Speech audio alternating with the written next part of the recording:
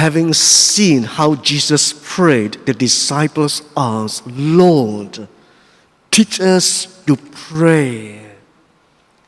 Jesus then taught them to say the Our Father, plus a few points on prayer. That was 2,000 years ago.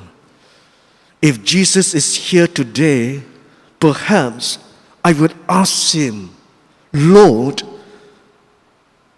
we already know very well how to say prayers like the Our Father and the Hail Marys, the prayers of petitions and intercessions. Now, Lord, can you teach us about meditation?" 2,000 years ago, you lived in Israel. There were no Buddhists and Hindus there. But today in Malaysia, we are surrounded by Buddhists and Hindus. And they meditate. And when we go for the inter-religious dialogue meeting, when they come to prayer, they are able to sit down still. Whereas for us, for our youth, we don't know how to sit still. Lord, can you teach us how to meditate? Renowned Orthodox theologian, I can't pronounce his name, he shared this insight.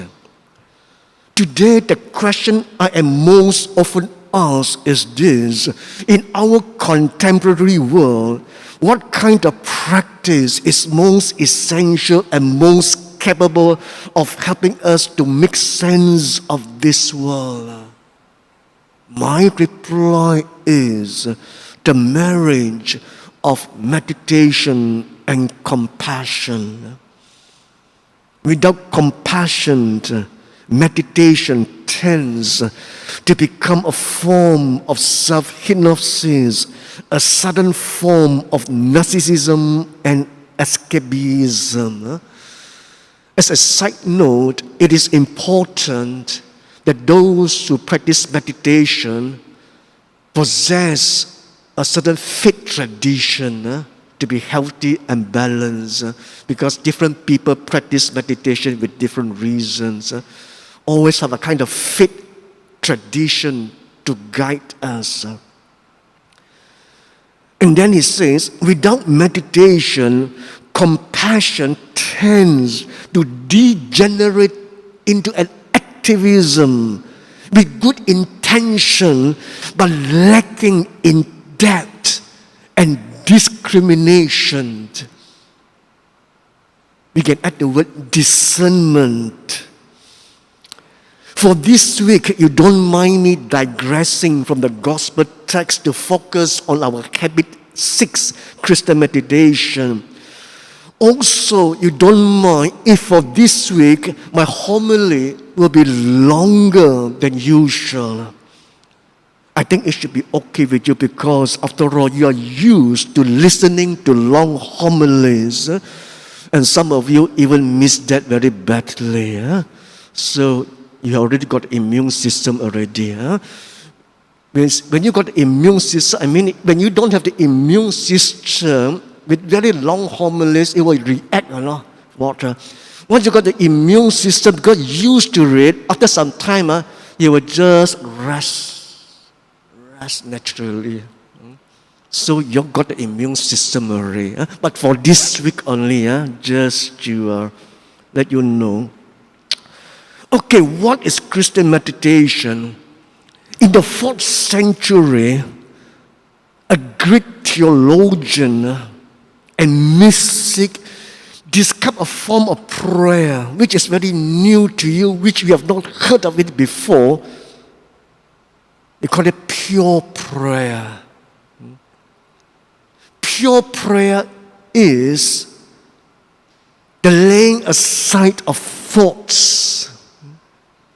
New to you, 4th century.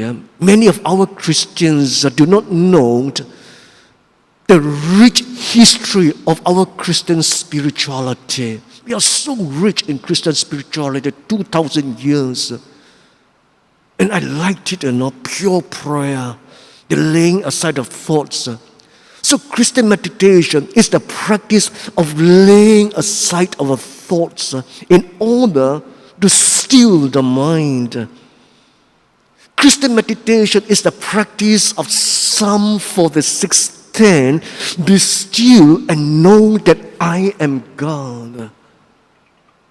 We need to be still in order to know self and to know God. In our Christian living, we are mostly engaged in the outer work, the exterior life of activities and services like Martha. Our parishes will have lots of activities coming out. We are growing vibrant, and that is good. But there's only the external, visible side. We still lack the inner work, the interior life of contemplation like Mary. And this inner work is about the internal, invisible, spiritual battle with thoughts and with the demons. Spiritual warfare with the demons. All temptations and problems originate in the mind. That's why mental health is a big issue today. No health without mental health. And for us Christians, no mental health without spiritual health. Inner work is about cultivating purity of heart. Thus, we are not taught to cultivate awareness of these interior movements of our thoughts and feelings. And then to listen and discern which thoughts are inspired by God and will lead to deeper communion with God and community, and not from the evil one. It will lead us away from communion with God and community. And then how to let go of thoughts that obstruct us from living in the present moment. We are not taught how to focus and concentrate our minds on the present. Why present? Because God is here and now. This is the inner work, the practice of contemplation. Not here, there is no saying of prayers. It is all about awareness, listening, and discerning the will of God, and letting go and letting God. Christian meditation can help us to do that. Benedictine monk Father John Main describes Christian meditation, he is the founder, as a contemporary form of a contemplative prayer which teaches a simple method of dealing with our distractions, our distracted monkey mind, and become still and silent. How? And this is important. By using a prayer word or mantra. It is the experience of God in simplicity, stillness and silence, beyond thoughts, memory, the will, the feeling, beyond what the ego can grasp and attain. We are body, mind, and spirit. Here we move beyond the mind into the realm of the spirit, and at the center of the spirit is stillness and silence. So we search for that still center, for that still point, the still point of the turning world. Second point, how to meditate. Very simple, 3 components. A proper posture, sit down, sit upright, sit still. Be still the body. Stillness of the body. Once to meditate for 10 minutes, that 10 minutes you don't move. Still like a rock. Secondly, proper breathing. Take a few deep breaths. Breathing from the abdomen just to calm down. And the third one is the essence of meditation. As taught by Father John Min, just say your mantra, synchronize with your breathing. And the recommended mantra in our Christian tradition is the Jesus prayer. You can just use the word Jesus. Or Father John Min's favorite mantra is Maranatha. So just keep repeating the word. And within a few seconds, 10 seconds, you're distracted by other thoughts. Gently return to saying your mantra. So the essence of Christian meditation is radically simple. 3 words, say your mantra. It's the prayer of the mantra. It's the prayer of just one word or one short phrase. So as we say the mantra just like a wiper, it cleanses, it purifies all those thoughts keep on coming. The thoughts keep on coming, it purifies them, cleanses them by returning to saying the mantra. That's all. Let the repetition of that mantra lead us to stillness and to meditate twice a day, in the morning and in the evening for 20 minutes. That means at least twice a day, switch off your thinking mode. We are thinking the whole day. Why not twice a day? Switch it off. Switch off mode. Pop. Don't think twice a day. Father John Min teaches that the faithful repetition of the mantra, the word, integrates our whole being and bring us to the silence, the concentration, the necessary level of consciousness that enable us to open our mind and heart to the work of the love of God in the depth of our being. But third point, the ultimate goal of Christian meditation, that is my search, my longing. What is that? Matthew 5:8. Purity of heart in order to see God. Purity of heart is the fullness of charity, is agape, is holiness. That is the single-minded search of our Christian monks for purity of heart, because they want to see God, not only in the next life, even here on earth. They can see God, they can sense God everywhere, in all things. So I want to show you 4 pictures of holy people who are pure in heart and experience a kind of calm, peaceful, tranquil, contemplative state of mind. I am not able to put, not me, like someone did for me, put all the 4 pictures in one slide. So I had to split into 2 slides. We start with the first 2. You see the still lake, clarity of vision, very important. Blessed are the pure, that they will see vision, mental clarity of vision. Second one, lotus flower, my favorite. It should be purity of heart. But also it can help us realize the essential goodness of our being, because we are created in the image and likeness of God. But we don't experience that, that essentially we are good, we are lovable.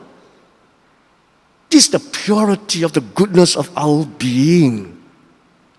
The third one, St. Francis of Assisi, one who has achieved universal fraternity. He has achieved the unity within himself, with God, with people, with creation, even with all the animals, brothers and sisters. This is the core Franciscan spirituality, something which I want to bring it back in our parish. Is fellowship, is koinonia. We are one big family of God. We are brothers and sisters. This is the one. But he has attained that universal level. The fourth one, I use the image of St. Teresa, a saint, one who not just love and serve, but love and serve with purity of heart. Sisters and brothers, I don't know about you. For me, this is my deepest longing and my search. This is the goal of our spiritual life. God is glorified. The ultimate goal of life is glory of God. God is glorified by our life of sanctity, and this is the one. I'm also only using images to help you to see. And we long for it. My third point are benefits of meditation. Fourth point. Benefits of meditation.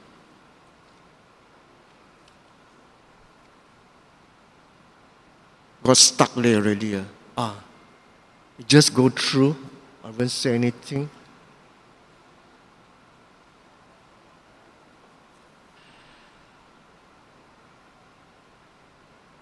It's the last point. Growth in the fruits of the Spirit and purity of heart.